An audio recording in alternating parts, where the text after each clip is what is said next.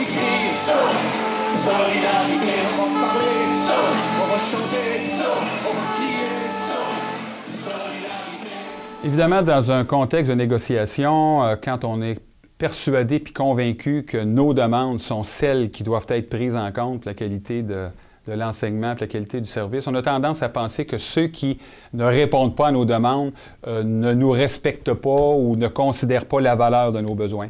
Je suis persuadé qu'ils savent exactement ce qu'on demande, sauf que malheureusement, il y a une vision autre qui est strictement financière, économique. Ils n'ont pas perçu l'importance d'un service public. On est persuadé qu'ils doivent transcender leurs considérations économiques puis se centrer sur le service à la population.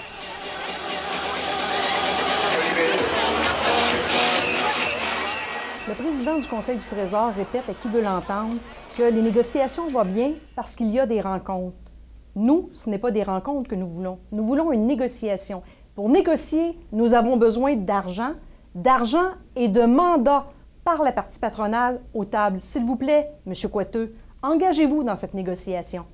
Depuis février passé, les enseignants sont en mobilisation avec des activités de visibilité, de sensibilisation par tous les temps, par toutes les températures, dans tous les aspects de la profession et dans tous les médias.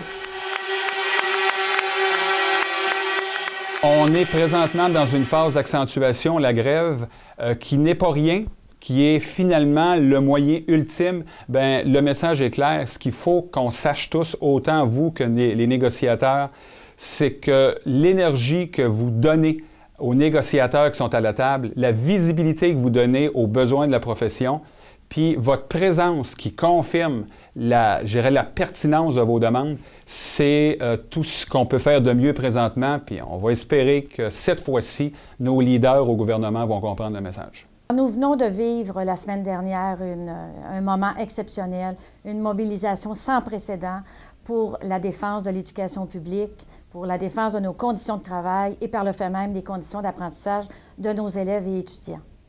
C'est important ce qu'on vit actuellement, c'est même déterminant. Vous savez, la semaine prochaine, nous allons avoir une autre semaine de mobilisation et j'espère que vous serez au rendez-vous, unis, engagés, solidaires, toujours aussi déterminés et motivés.